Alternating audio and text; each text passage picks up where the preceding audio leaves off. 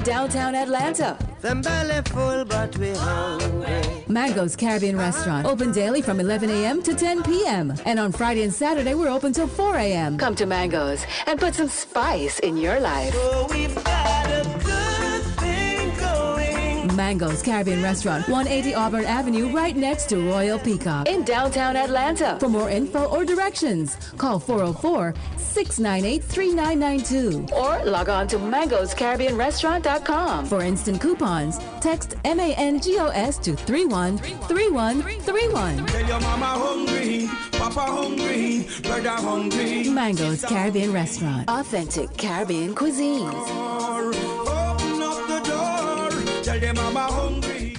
This is Ryan Fulford.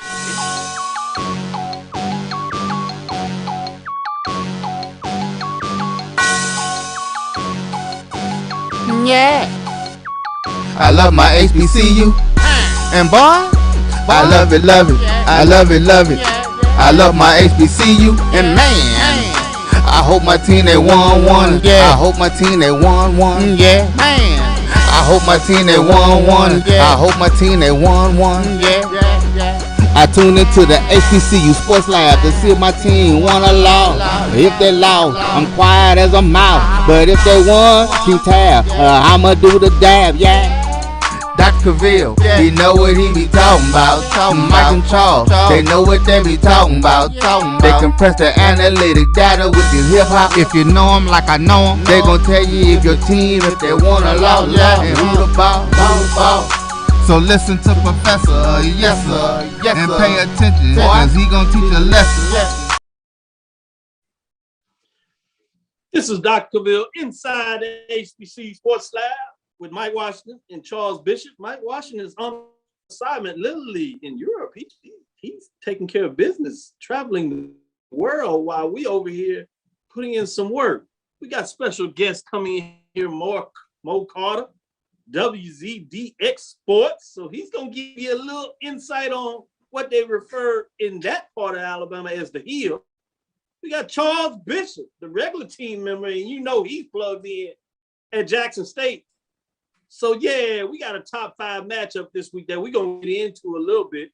But more importantly for many people, you know, this is the lab with the deans, the professor. We got the adjunct in today. And so y'all may not realize it, but this is midterm examination week. I hope y'all studied. Midterm. Oh yeah, I told y'all. A favorite. Midterm. I'm just going to show you that I paid attention in class through these first couple of weeks. Thank you. I told you read your syllabus, Charles. What did we not?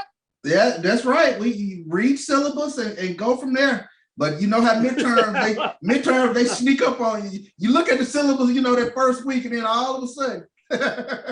You like, what happened? Yeah, what happened was exactly. Just after homecoming too. That's tough.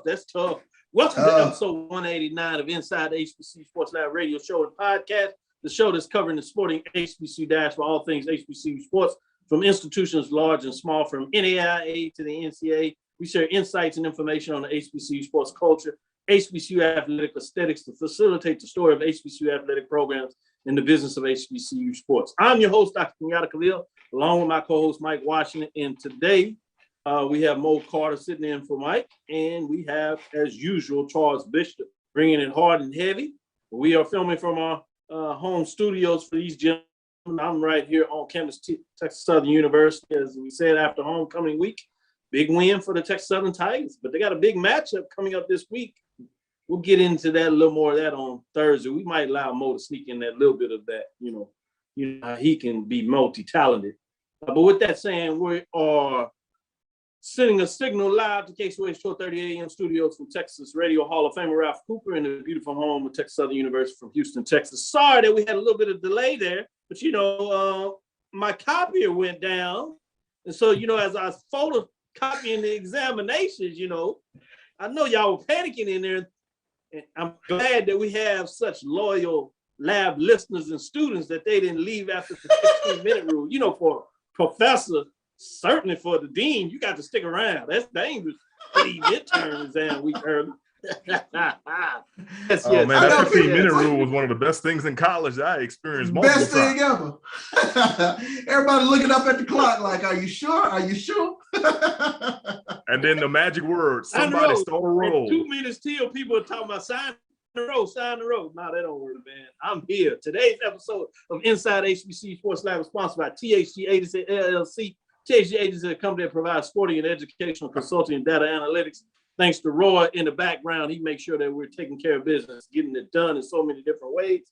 I'm gonna stick with you first as the guest, Mo. Any hot news out there, just in general HBCU sports land that you wanted to give to the lab listeners? Absolutely. Let me go ahead and pull up my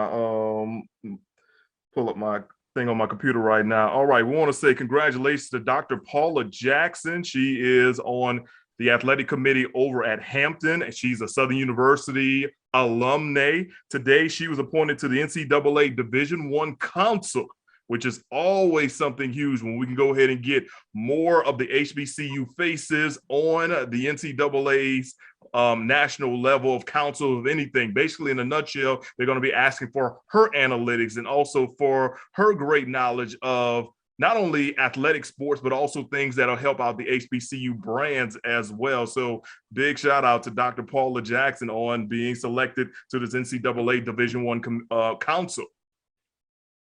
Yes, congratulations to Dr. Jackson. Well done. And I like the way you put it. The more representation, the better, especially from an HBCU perspective and gender equity. We're talking about it. We need more of that as it goes. Let me jump to you, Charles. What you have on your plate during this midterm examination week?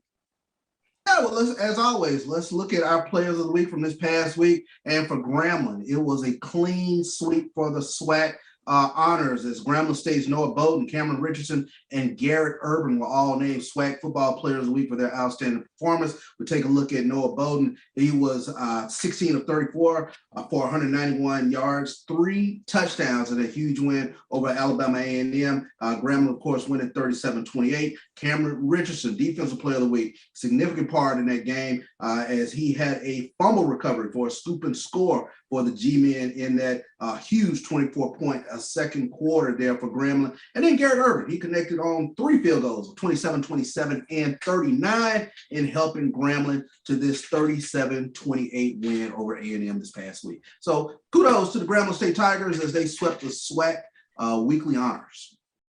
Thank you for that. Dr. Roderick Holmes wanted you all to know that midterm examinations should never be scheduled a week before or the week after homecoming. Hey, I didn't make the schedule. I'm not the provost. I'm the dean. We just follow what the provost said. Provost said midterm week, week 5, 6, as we go into it, halfway through the season.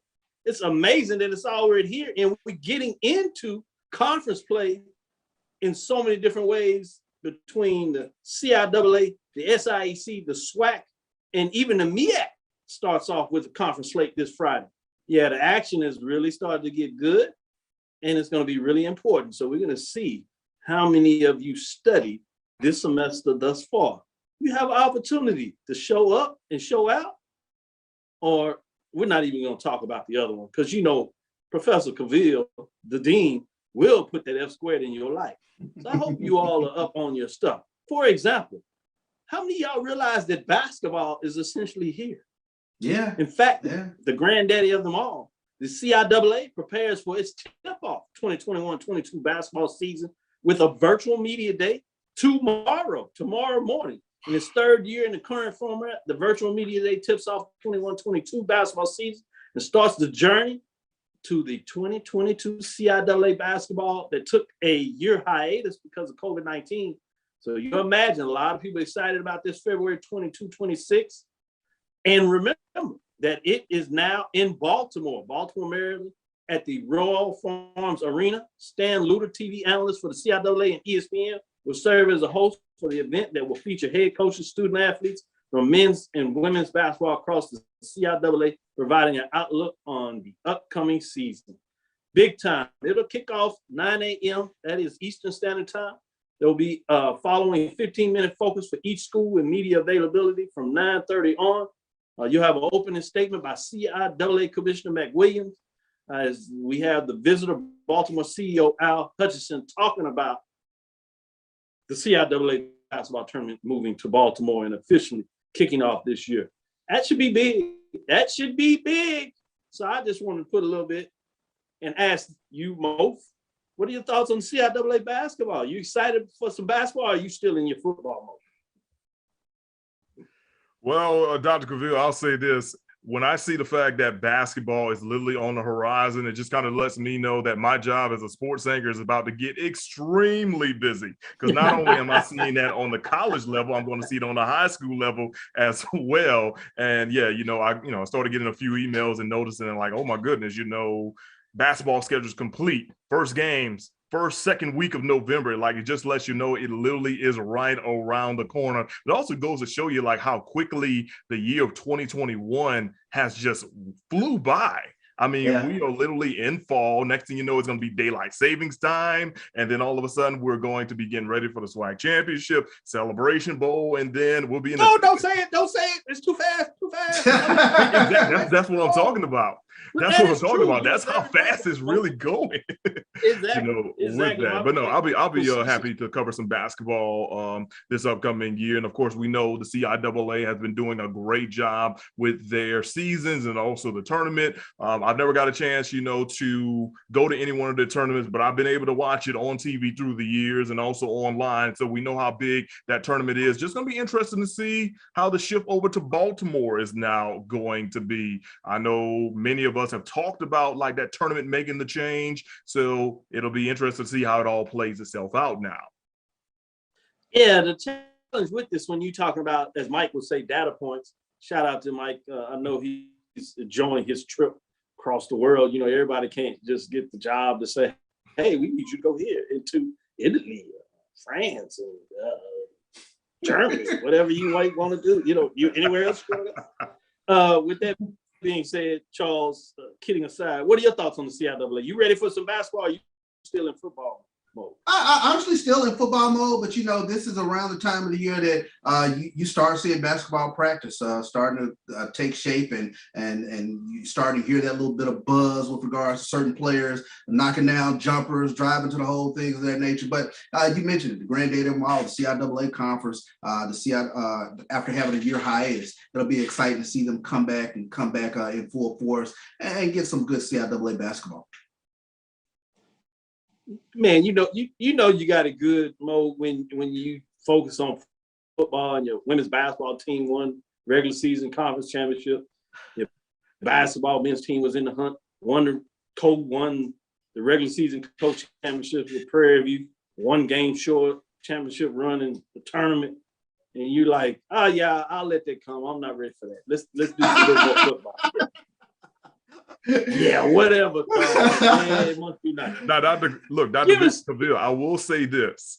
We know how crazy things were in the spring with us having the spring football season for the SWAC, and the fact that, I remember they tried to get it to a point where, okay, SWAC basketball tournament, no football that week. Well, yeah, we had some rescheduled games, and all of a sudden it just got completely crazy. And all of a sudden you're trying to figure out, like, okay, how do you handle this? How do you handle that? How do you handle it? I'm so glad I don't have to go in through a situation like that ever again.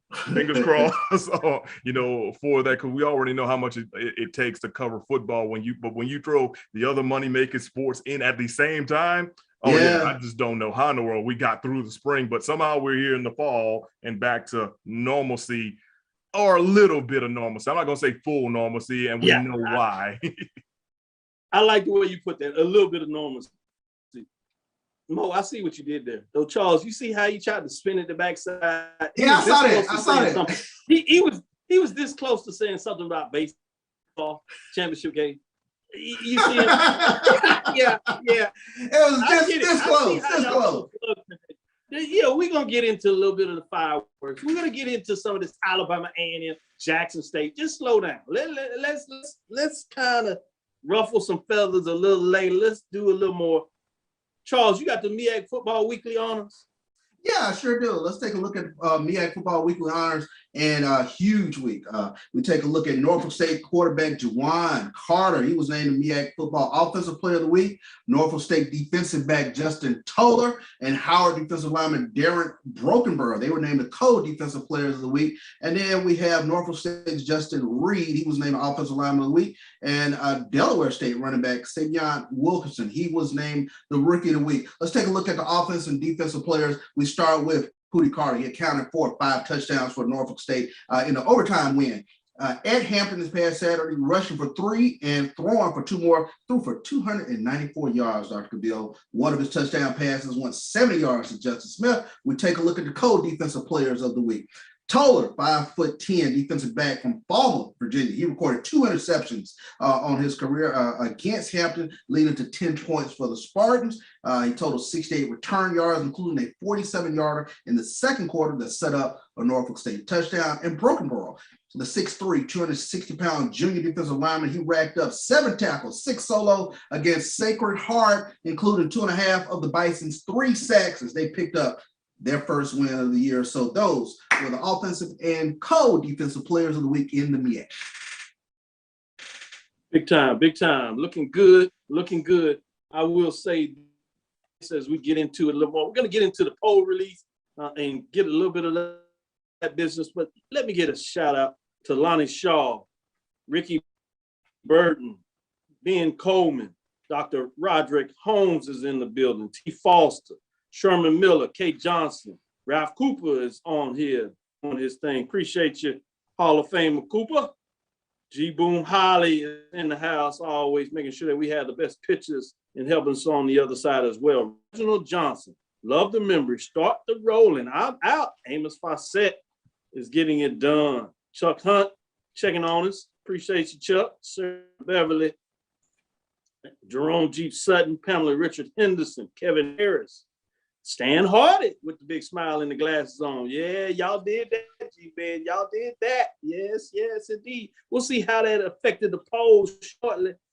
Lennon Blow is in the house. Who else we got in here? Kevin Harris. And we'll give a couple more shout outs as we get going. Just wanted to shout out for those lab lectures. It is midterm week, and we'll be right back after this break. Get you into the poll rankings and see what my co-hosts both think about my poll rankings and see how things start. You know, we'll start with the mid-major. Not a lot of changes there, but we'll go through it as we get into week 5 and just give you some hot takes on what's going on there. Stick with us right after this quick break. This is Dr. Bill inside the HBCU Sports Lab.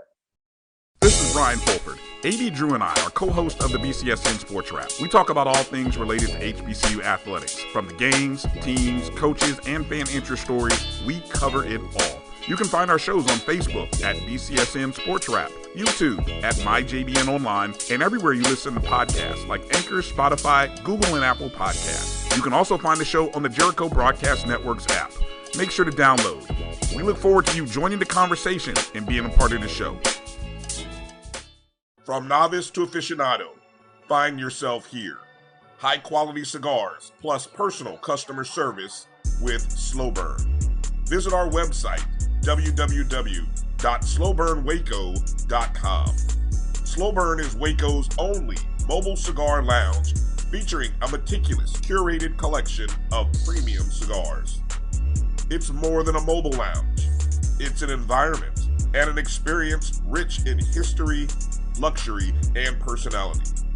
An elegant extension of any celebration occasion. It's the perfect escape and meeting place, a space where you can relax or enjoy a shared passion. Have Slow Burn plan your next big event, or before you are planning to celebrate your win over your athletic rival, you can shop our collections at www.slowburnwaco.com.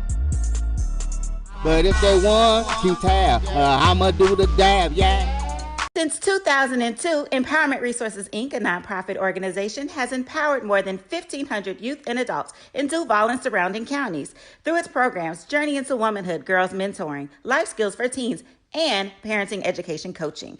To get involved with programs, volunteer, or donate, visit www.empowermentresourcesinc.org. Follow us on social media, facebook.com/empowerment.resources and instagram.com/empowermentjax. Press the analytic data with your hip hop. If you know them like I know them, they gon' tell you if your team, if they wanna lose, and who the ball. So listen to Professor, yes sir, and pay attention, cause he gon' teach a lesson. This is Dr. Ville with Inside HBCU Sports Lab with Mo Carter sitting in for Mike Washington, Charles Bishop doing his thing. Let me give a shout out to Chad Cooper. I know you feel special in terms of what's going on. Everything, you trying to slide in the class in the back. You still gonna get this midterm examination in your life. I'm gonna put it right on front of your table. You can go ahead and start, sir, with your midterm exam because we're about to get into it. Stan Harder say GS is ready for basketball season. Woo, all right, that's big talk for the G-men. They usually stick to football, but they say they got some basketball for you too. All right, we'll see what's up. Let's go to our mid-major poll rankings. We had several teams dropping out, so I will give you those updates, although we focus on the top 5. Not a lot of changes there, so we'll go ahead and look at some of these mid-majors for a minute here. Dropping out this week was Miles Golden Bears, Kentucky State Thoroughbreds, Benedict Tigers. Miles Golden Bears really got chopped up. We talked about that a little bit on Sunday. Go check out that. We also had an interview with Langston, head football coach. So go check out our Sunday if you hadn't had a chance to watch it as we do our review with BJ Jones. He broke it down in terms of Charles, Mike, before he got out of here as he was doing his thing. But we got in there and got things shaking up. Benedict Tigers also dropped out. So who jumped in? Bluefield State. Big Blue in at number 10. At number 9, you have Allen Yellow Jackets. At number 8, you have Shaw Bears coming in at 3-2 overall, 2-0 in the conference race. They have a big one this week. We'll talk a little more about that in the second half of the show. At number 7, you have Fort Valley State Wildcats out of the SIAC, 3-2, 1-0.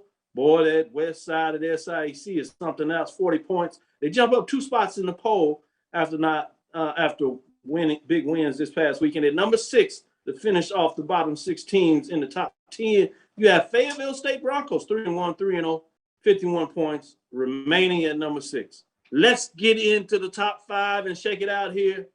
I can be straightforward with you. Not a lot of changing here, but let's go through it. Lane Dragons, 4-1 on the season. They continue to surprise everybody, 62 points. They continue to do their thing. At number 4, Albany State Golden Rams, 4-1, 2-0, 75 points. Had a big win, but everybody ahead of them kept winning. But it's interesting to see if everybody thinks they should be up a little higher. We'll check with our guests there. At number 3, Savannah State Tigers, 3-1, 2-0. They keep moving. At number 2, Bowie State Bulldogs, 4-1, 2-0. 4 first place folks, 80 points.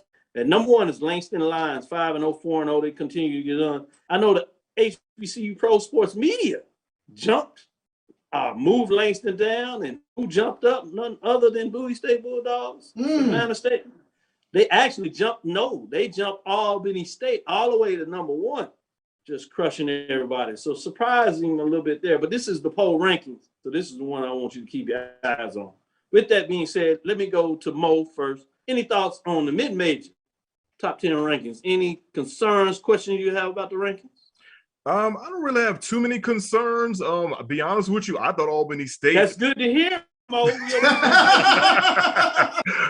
Yeah, man, I thought Albany State probably could have went up even higher because, I mean, they went to Miles and beat the brakes off of Coach Reginald Ruffin and his team. And, I mean, considering the fact that we almost thought that Miles Albany State might have been like the SIAC game of the year, yeah, that definitely did not turn out in the favor of the Tigers who reside over there in Fairfield. So I'm actually surprised Albany may have not, could have been jumped a little bit higher, honestly, when you kind of take a look at it.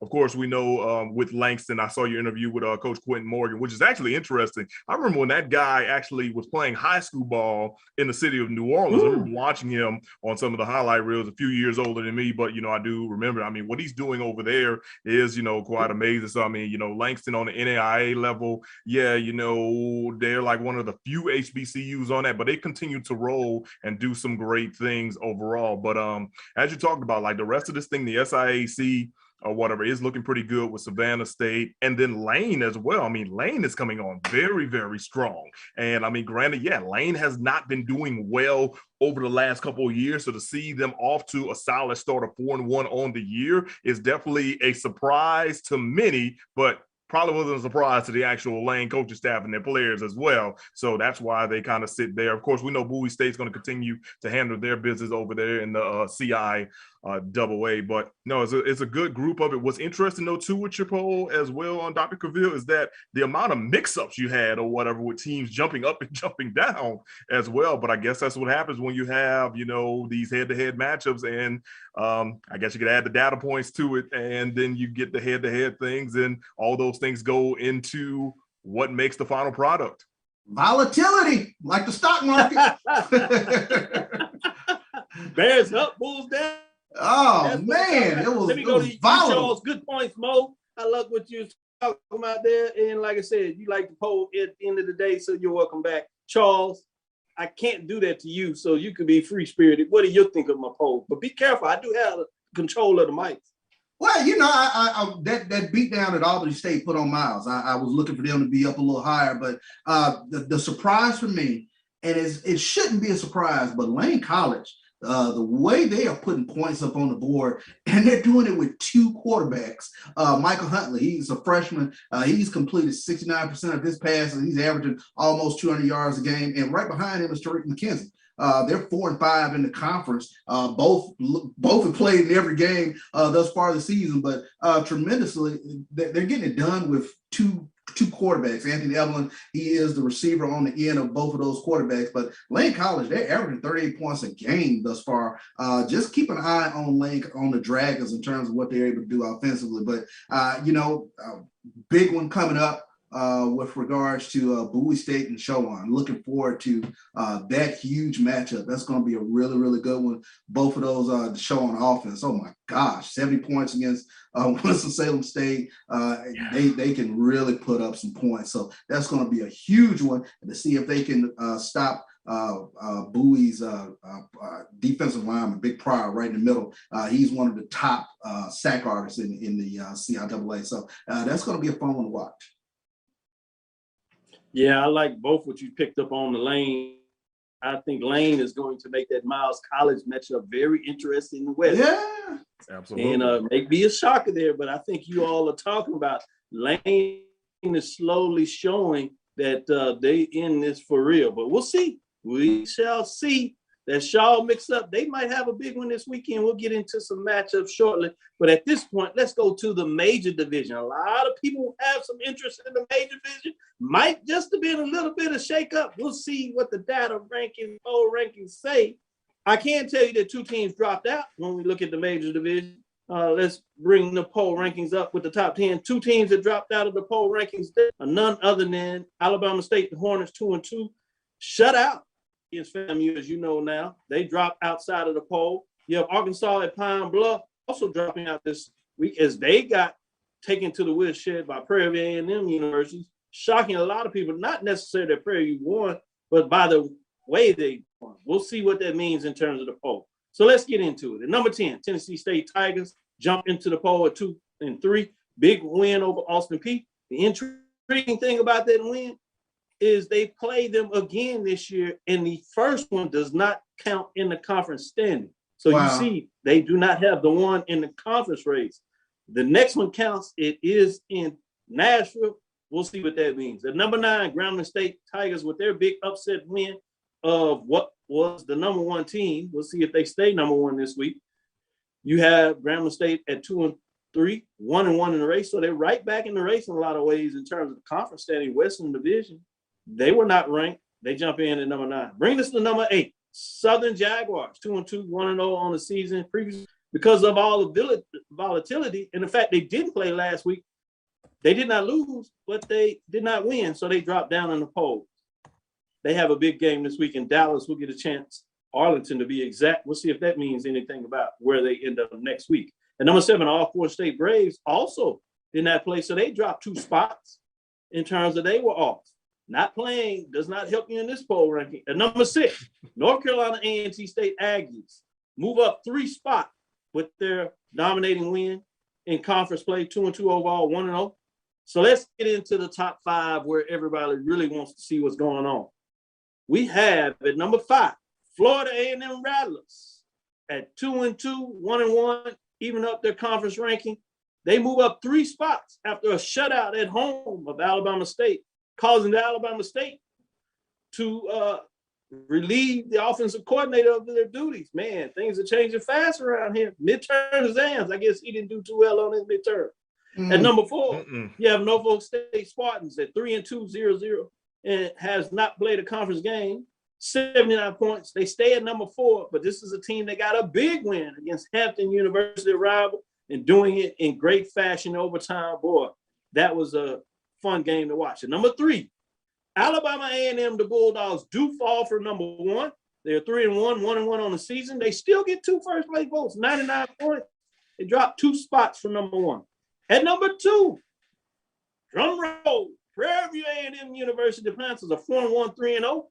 They collect a couple of first-place votes and have 5 of them, 109 points. They move up 1 spot from number 3 from last week, which means that number 1, probably not surprising anybody now as they see those teams, is Jackson State, the Tigers.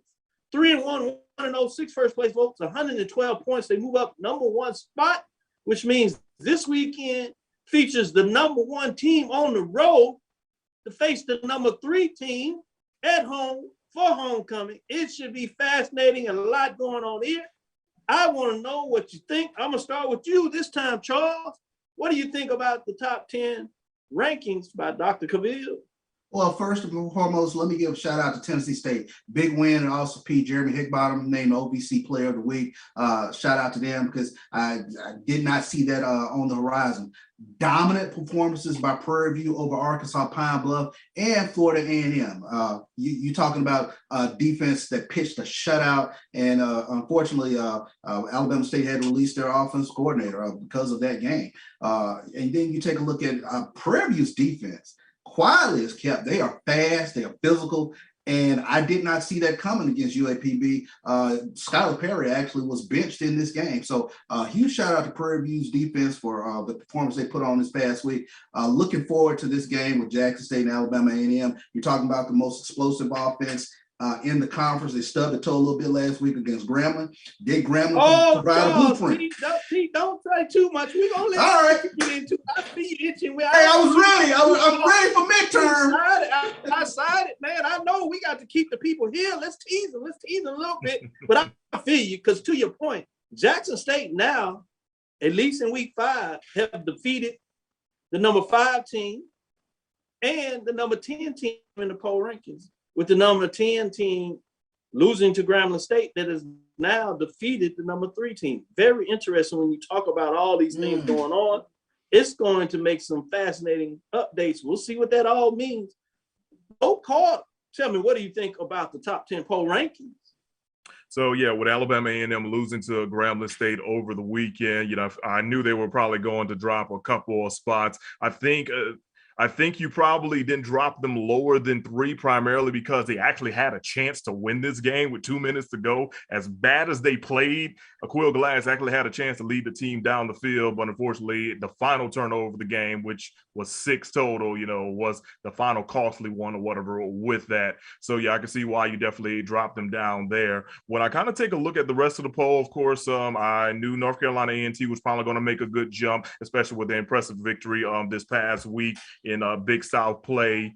And then shout out to Coach Odoms in Norfolk State for getting a big victory against Hampton in overtime. I got a chance to watch a few highlights of that. As a matter of fact, college football final scoreboard started with 2 highlights of that game, including Carter's touchdown at the end, a la Drew Brees style, going over the top to win it. So, shout out to Coach Odoms and also his quarterback, who probably has the best last name in all of college football, if you know what I mean. I got you. So great point. I like that. Yeah, when you look at the rest of the poll, Florida A&M making a huge jump after a pretty dominant performance against Alabama State. I kind of looked at that game a little bit here and there, and I was just really, really surprised how they were able to literally run the ball down the throat of Alabama State.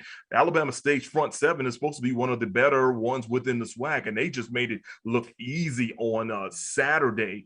When we come to 1 and 2, Jackson didn't play, and they get to 1 because Alabama A&M falls. But I can also make a case for Prairie View being number 1, just because they had a very impressive victory against Arkansas Pine Bluff. Charles hit on it a little bit about how Prairie View's defense, played really, really well and actually caused UAPB to bench Skylar Perry at one point in time and bring in the backup, and eventually brought Perry back in. But then all of a sudden it's kind of like, okay, we're just going to try something here, there, and everywhere with it. But I got to also give a shout out to Coach Eric Dooley, because we've been knowing Coach Dooley to be an offensive mind or whatever. Of course, he was the wide receivers coach when I was at Southern University, and we knew he was going to do great things, but he was always pass happy.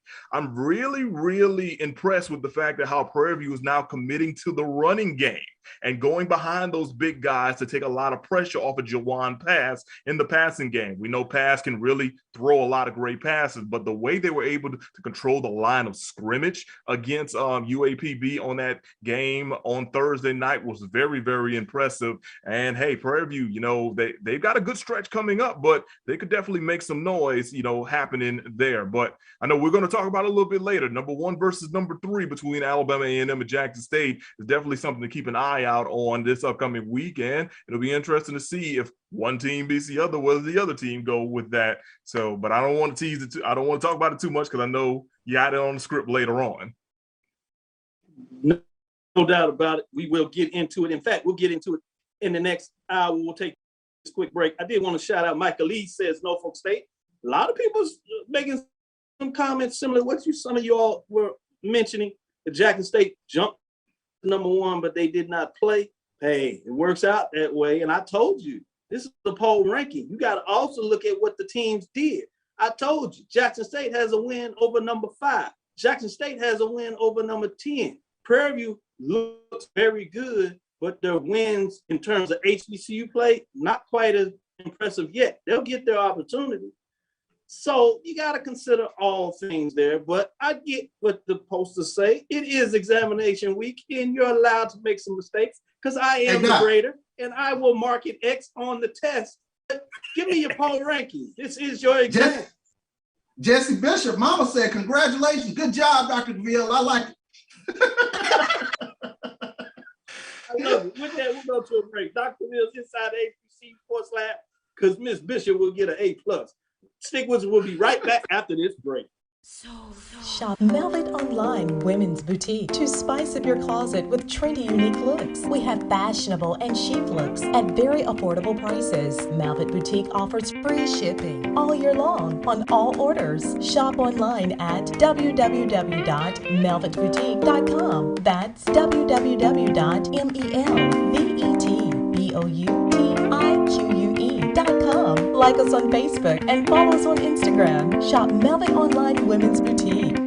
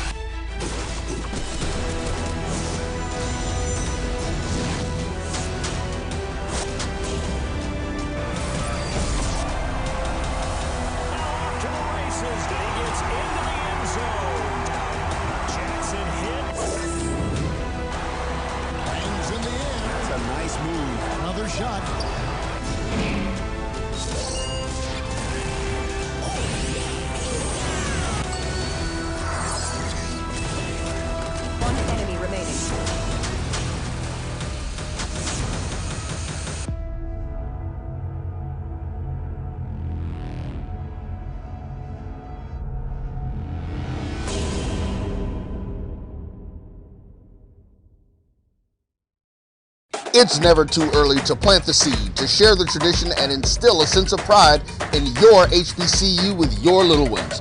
HBCU Pride and Joy Children's Boutique helps you share your school spirit with a wide selection of adorable kids' apparel and accessories officially licensed from your favorite HBCU. Visit hbcupridejoy.com and follow us on all social media at HBCU Pride Joy on Facebook and Twitter. This is Carlos Brown, letting you know that we're on the move. You can now catch the Carlos Brown Show beginning this July on the Black College Sports Network each and every Saturday from 11 to 1 Eastern Time. That's 10 to 12 Central Time. Same time, new place. On Facebook at the Carlos Brown Show and Black College Sports Network. Online at www.mybcsn.net and on the BCSN app available on Google Play and the Apple App Store. Press the analytic data with your hip hop. If you know them like I know them, they gon' tell you if your team, if they wanna loud, and who the ball. So listen to Professor, yes sir, and pay attention, cause he gon' teach a lesson. This is Dr. Bill with Inside HBCU Sports Lab with Mike Washington, Charles Bishop. We have Mo Carter sitting in for Mike Washington. We're going to get into our mid-major game of the week, starting out with the CIAA. This is a big one. This could be for it all already at midterm. We could get the CIAA South Division representative. We have number 6 Fayetteville State Broncos, 3-1 overall, 3-0 in the conference race. At number 8 Shaw Bears, 3-2, 2-0, surprising for some, but they've been in the mix, but they're playing really good. But yes, this is a top 10 matchup with two of the teams that are expected to win the Southern Division in the way everybody else is doing in the Southern Division. I don't expect anybody giving one of these teams a headache going through it. So whoever wins this has a serious leg up in terms of what comes next. And that was big for Shaw because they got that big victory over Virginia Union. And so they're showing you impressive. So I'm going to start with you, Mo Carter. Let me know, what are your thoughts on this matchup? All right. So when you take a look at this matchup, I mean, basically you've got like players on both sides of, both teams that have won multiple Player of the Week honors within the actual conference itself. I mean, you look at a guy from Shaw, Devon Hunt, week 2, week 5, he had Player of the Week. You look like a guy from Fayetteville State, Joshua Williams, week 2, week 4. I mean, playing DV. And the guys I'm talking about, there's some defensive guys. Of course, I play defensive back, so I'm going to look at the defensive things first and foremost with that. But honestly, when you really ball into it, I'm actually interested to see how quickly either team can start off and really build a lot of momentum in this game. And as you just mentioned, Dr. Cavill, this is a game that definitely could decide a division. And we're only talking about like week 5 of the season. Like, how crazy is that you could literally have a game this early in the season decided or whatever. So, of course, you want to take a look at, the regular things, who's going to play mistake-free football, who's not going to turn the ball over, who's not going to do those things or whatever. So I think with so much hype in a game like that, those are going to be the interesting tidbits that you're going to look at when it comes to Fayetteville State and Shaw on Saturday. Which way are you leaning? I'm kind of leaning towards Shaw, actually. And nice. I like it. Yeah. I'm kind of leaning towards Shaw a little bit. Just kind of doing my little research prior to the exam. And on paper, Shaw is definitely looking good. But of course, there's some other things too that I kind of look at that I don't want to give away too much because, of course, remember, this is the midterm, so I can't let all the other listeners know what my cheat sheet looks like in this situation too. I love it. Charles, what are your thoughts on this matchup? Doc, this is a battle of wheels in this game. This is going to be fun. You're talking about Shaw Bears. They're the number 1 ranked rushing offense in the CIAA, going up against the number 1 ranked rushing defense in the CIAA. You take a look at Shaw, they're averaging almost 200 yards a game on the ground. Fayetteville State only giving up 51.5 yards per game on the ground. So you talk about a battle of wheels there. Sidney Gibbs, the leading rusher in the CIAA for the Shaw Bears. So this is going to be a very, very interesting matchup just to see who can do what when you take a look at Shaw versus Fayetteville State. But I'm going to lean for Shaw Bears playing at home, running in behind Big and Tavius Zachary. You talk about offensive line. They produced 487 yards total offense against Central State. Almost 300 yards on the ground, 299 on the ground. So I'm looking for a Shaw to impose their will again, but it's going to be a fun matchup. But I'll take the Bears at home. Great points by both of y'all. It looks like both of y'all leaning towards Shaw. Great points. Would be a surprise to some in terms of Fayetteville pick preseason to get it done. But I like your point. When you talk about the defense of Shaw, that senior linebacker, Devon Hunt, has been player of the week twice at the linebacker position, is serious. But you do have the quarterback for Fayetteville State, Kyrie Lane, that you talked about. He's serious. But let's get into the SIAC. This is number 5 Lane Dragons. We talked about a little bit, so we don't have to go so much detail. But I did want you to think about this matchup. Will it even be competitive, or is Lane going to continue to make a step as they make a march towards that matchup with Miles? They're number 5 in the poll ranking top 5, 4-1, 1-0. But they are on the road at Kentucky State Thoroughbreds, 2-3, 1-0. That is that option that you talk about, Charles, a lot. So I'm going to stick with you. What are your thoughts in terms of this matchup? $1 million question. Can Kentucky State keep Lane's offense off the field? Can they control the clock, control time of possession with that triple option attack?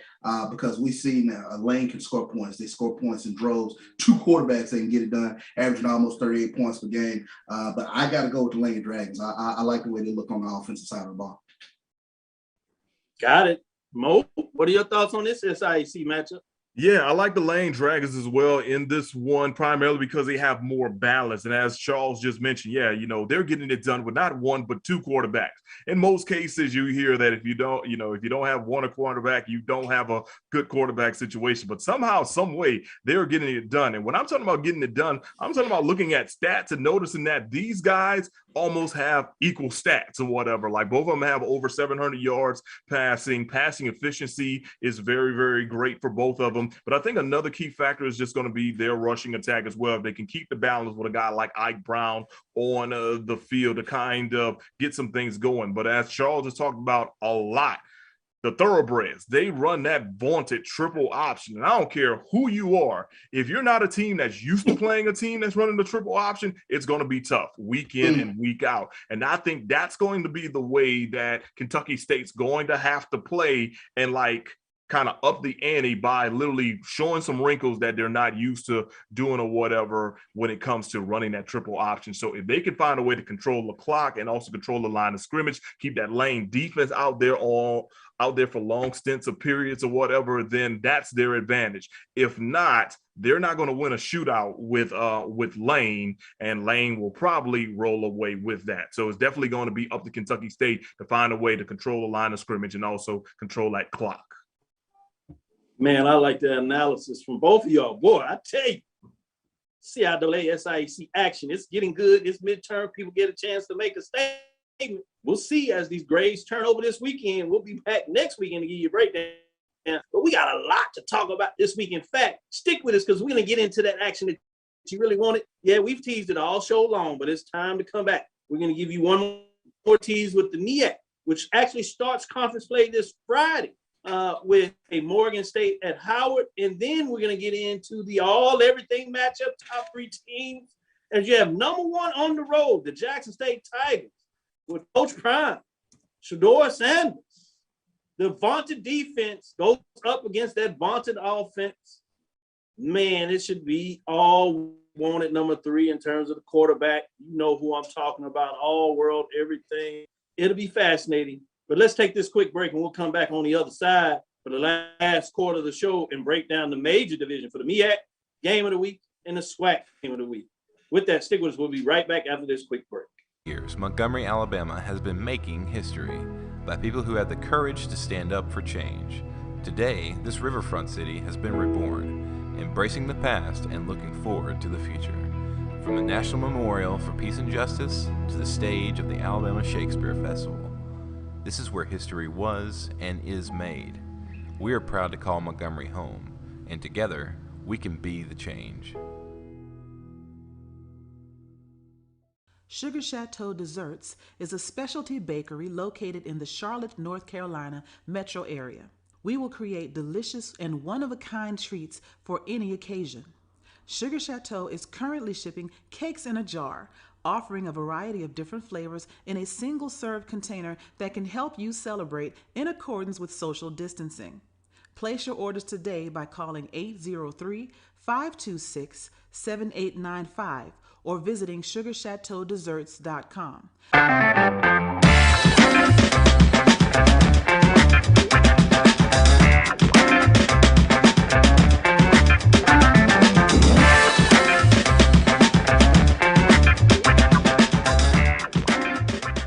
Are you hungry for Press the analytic data with your hip hop. If you know them like I know them, they gon' tell you if your team, if they wanna lose, and who the ball.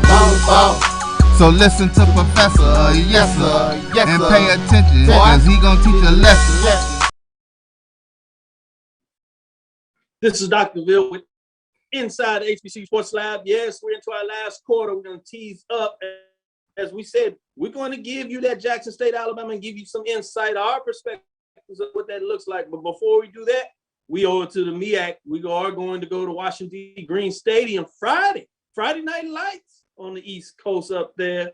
As you know, in the capital, ESPN 3 is the game. Yeah, Morgan State Bears 0-4 versus Howard Bison 1-4. Howard got a big win this past weekend. Shout out to the MEAC.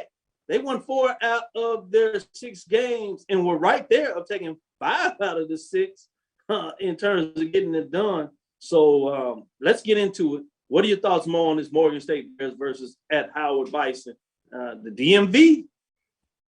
Yeah, when you really take a look at this, Dr. Cavill, I mean, these are two teams that are definitely trying to fight their way up from, quote unquote, the cellar of the MEAC right now. When you also dive into it or whatever, I mean, I'm probably going to take Howard in this one if I can see the Howard team that played the first half against Hampton. And because, I mean, those guys played lights out. They came out firing, and they were going on all cylinders with Hampton until Hampton kind of put it on them in that second half. If they don't jump out early, then I foresee Morgan State hanging around, and then all of a sudden you might get to a situation where it's who has the ball last is probably going to win on that one. So yeah, momentum swings, and this one will probably be the key as far as if Howard can win this one or if Morgan State can pull off what would be considered an upset. I like the point you make there because you look at Howard in their last 2 games, this is exactly what happened. Stuck around, close game. They lost the first one, got their first win of the season last week. So maybe they're rolling a little high, but you're right. Up, heckle and jive, up and down. It'd be interesting. Let me go to Charles and see what your thoughts are. Yeah, I mean, this is going to be an interesting matchup. Morgan State has played a murderer's row type schedule. I mean, they tough schedule to start off the season, 0-4 thus far. But I tell you, Coach Tyrone Wheeler, his demeanor, personality reminds me so much of Vince Dancy in the SWAC. The tough, no nonsense type guys. And I really look for this Morgan State team to go in with this hard nosed running game and go in and get the win in DC. And we've seen Morgan State do this before. They can come up with a big game on national TV. I'm sure my Aggie fans remember Morgan State from a couple of years ago. So sorry about that, Aggie fans. Sorry about that. Yeah. Throwing out there that grenade. I told you midterms. You throwing out them pop quizzes.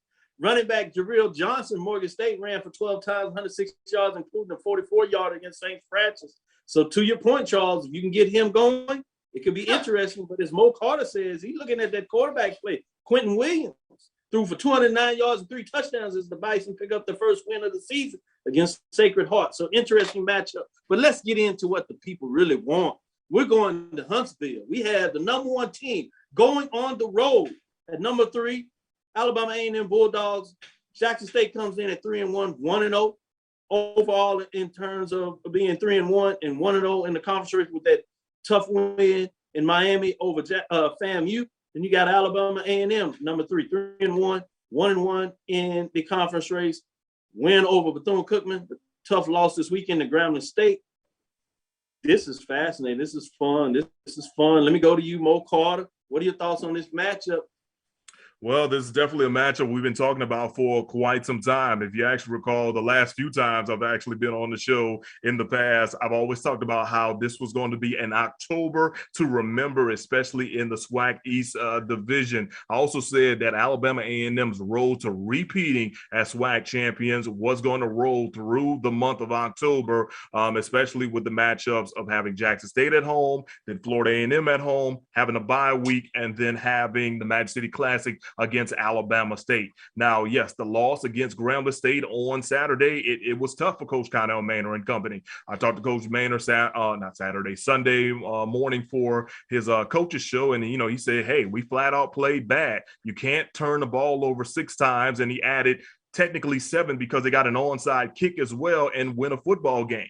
I mean, you really think about it or whatever, as good as I am in video games, either with NCAA 14 or with Madden, I'm not winning a football game where I'm turning over the ball 6 times. It's just not happening. So as I kind of looked at what was going on with Alabama A&M, especially with practice stuff, you can kind of see a team that's kind of refocused on the situation. And they also understand too, that at this point in time, every week for them moving forward is a playoff type atmosphere because they really can't afford to lose another game and control their own destiny in that one. Now, on the other side of things, Coach Deion Sanders, Coach Prime, he's got Jackson State in the number 1 slot right now in not only your polls, but I think in a couple other polls and power rankings as well. This is their opportunity to prove that they are the top team in HBCU land. Now, will it come easy? Absolutely not. I think the key thing you're going to have to kind of look at, though, is that offense of Alabama A&M against the defense of Jackson State. Of course, we know what Alabama A&M can do with Aqeel Glass and all of his weapons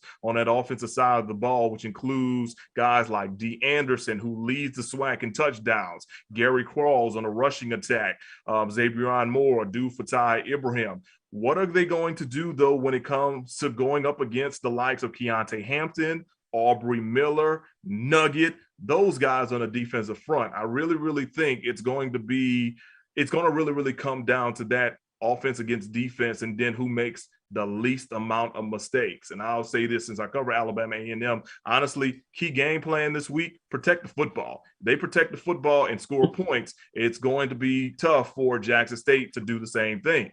But at the same time, too, Jackson State's got to protect the football and they have to score points as well. And also, I'm going to go ahead and get with this, and then, Charles, I'll throw it over to you. Of course, you could almost expect a sellout this upcoming week in Huntsville on the Hill. A lot of Jackson State buses are making their way over here. I've heard Sonic Booms making their way over, and this could probably be the biggest crowd in Huntsville for a HBCU game since 1998, which was the transitional year for Alabama A&M when they took on Southern as their quote-unquote first SWAC opponent that year. And there are pictures of them in the press box that show people everywhere or whatever. So I expect the attendance to be somewhere in that situation come Saturday.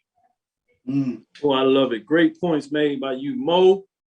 Since you cover Alabama A&M, I'm not going to do that to you. I won't ask you to pick a team. Same with you, Charles, in terms of you covering Jackson State. But I want to give you a chance to tell me, what should our fans look for in this matchup? I go back to Celebration 1. Rod Broadway made a statement. He said, all we do is make chicken. And he said the first thing is you stop the run. And that is going to be huge, I think, for Jackson State in terms of stopping Gary Qualls. We know Aqeel Glass, he can toss the ball around all over the place, but it makes Alabama A&M so much tougher to stop when they get that running game up and going as well. So first things first, you got to be able to stop the run for Alabama A&M, and then those pass rushers. James Houston, he leads FCS in sacks, 6.5 sacks, and Niles Gaddy. They can really crash the pocket, and then you get that push up the middle with Junior Miller. Those guys, they really come after the quarterback. Very interestingly enough, though, Jackson State has yet to really turn teams over a lot. They got some fumbles thus far in the season, but not too many interceptions. So can they create some turnovers and get some easy scoring opportunities for the Jackson State offense? Reality of the situation is Jackson State is 3-1. And they have no running game thus far.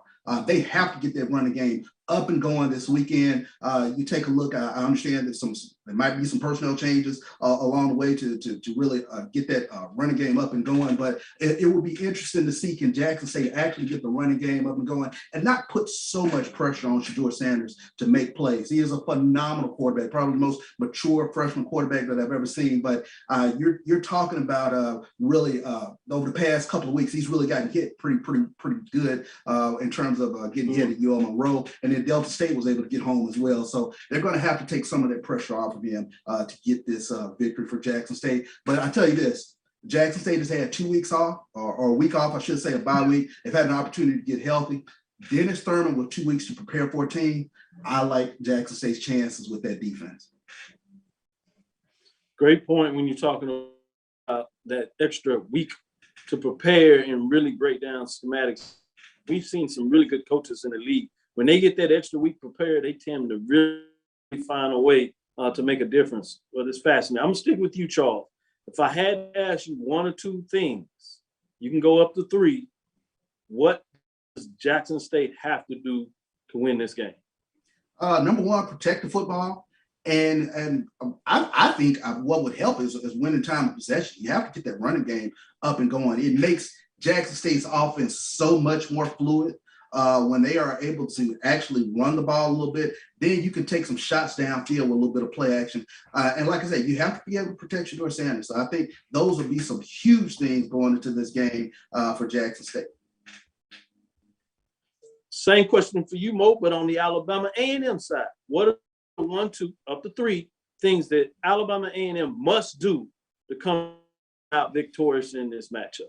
Well, they've got to protect the football. There's no way in the world they could play like they played last week and even have a chance to be in this game. I know last week we got down to 2 minutes in the game, and Alabama A&M actually still had a chance to win the contest until Khalil Glass's pass got batted and intercepted for the final time. So, yeah, they have to protect the football, and they also have to find a way to protect Khalil Glass against that Jackson State vaunted defense. We've seen those guys rush up the field for Jackson State all season long and cause terror on opposing quarterback. So A&M's offensive line has to protect and give Glass time. You give Glass time, he will find a way to pick you apart. Perfect example was what happened in the spring. Yes, I know the Jackson State's defense was different in the spring than what it is now, but you saw what happened when he didn't have pressure in front of him. He's able to pick people apart and account for 6 touchdowns when you look at it. Another thing, too, I got to say this. Alabama A&M has to find a way to establish the run. Gary Quarles is the SWAC's leading rusher. He has had big games in the first 3 games of the season, but against Grambling State, he didn't have too much success. He actually got nicked up late in the second quarter or whatever, and all of a sudden A&M was behind the 8 ball, and Glass had to throw it for like 62 times.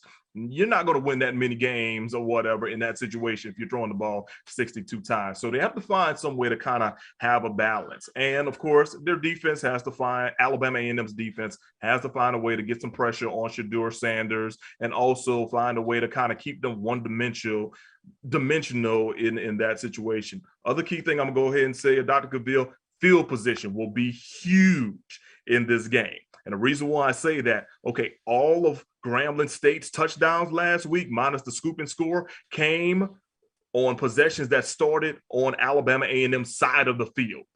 They cannot give up the field position against Jackson State and give Coach Sanders and Shedeur a lot of great opportunities to go, 40 yards to a score, 50 yards or whatever to the score. That's what Grambling took advantage of last week that I don't think a lot of people are really kind of taking a look at or whatever. They see the turnovers, but they don't realize what starting field position was on that. So I would definitely say protect the football, protect Glass, and field position are going to be big things along with the rushing attack. So I got to give you 4 on that one. No problem. I like it. Little bonus time for you, Charles. We'll save this because we see you on Thursday. We got the HBCU Classic Major matchup with Texas Southern 0-3, 0-1. They did get the victory that didn't count in the standings versus Southern Jaguars 2-2, 1-0 in that Arlington Football Classic. Mo, I would not be fair to you if I didn't give you a chance to kind of look at this and break this down before we close out the show. Yes, absolutely. Of course, Southern is coming off of a bye week. They had an impressive victory on the road against Mississippi Valley, in which they named their QB1 in Glendon Bubba McDaniel. And I mean, he has more of a great touch with the offense as far as keeping things balanced. But I did like the idea that they did say that Skelton will have some wrinkles within the offense, maybe like a Taysom Hill type situation for the Saints. So I think that's going to be a good thing moving forward or whatever with that. Now, also, I will say this. I hope my Jaguars, the alma mater that I graduated from, I hope they do not overlook a Texas Southern squad who put up a lot of offensive numbers against Rice, and they had an impressive victory last week against North American University. Never heard of that school, but at the same time, the victory was impressive for them to kind of build some momentum with that. So it'll be an interesting matchup come on this Saturday in Arlington. And I know for sure our alumni bases that are in Fort Worth, Dallas, and also the North Dallas area, including our national alumni president, Laquita Thomas, I know they're all going to be out there trying to, root for the Jags to get them to get another victory on that one in the showdown out there in Arlington. Appreciate that, Mo. Appreciate you, Charles. Great information. Did you want to share something?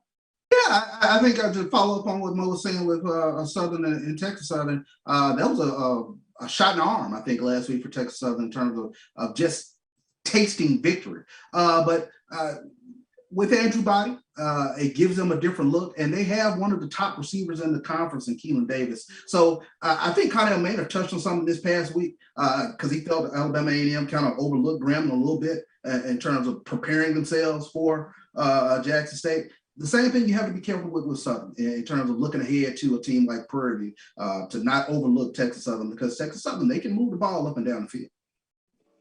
Great points by both of you all show long. Thank you for listening inside HBCU Sports Lab. Make sure you share our podcast with your friends and colleagues. I am Dr. Kenyatta Kabil, the Dean of HBCU Sports, coming from inside the lab, College of HBCU Sports, with Mike Washington and Charles Bishop.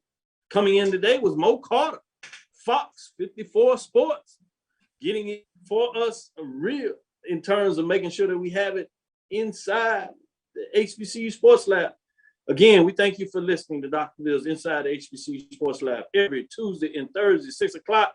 We'll be back at 6 on Thursday. So at our regular time, we look forward to next week as we discuss the latest news in the lab. Don't forget, on Sunday at 9, we'll be right back at it to show you what happened on Saturday and talk about what we are all anticipating now and what Mo Carter and Charles Bishop told you to look for. We'll tell you what actually happened. Follow me, Dr. Kenyatta Cavill, on Twitter, Facebook, Instagram. That's DrKenyattacavil. That's Inside HBCU Sports Lab 1 on Twitter, Facebook, and YouTube. That's Inside HBCU Sports Lab. Make sure you tell all your friends, share, and subscribe. Get the information out there. We appreciate all the lab fanatics. I think I must say, overall as a class, in terms of your first test on Tuesday, you did really well in terms of your mid-exam. I need you to study because we're going to do it again for the next class on Thursday. Dream big. We'll continue to move forward. We will talk with you soon. Mo, we're going to test you and see you know the exit. Yes, sir. Course. Oh, look at that. Charles. Lecture. Dismissed. Even more caught.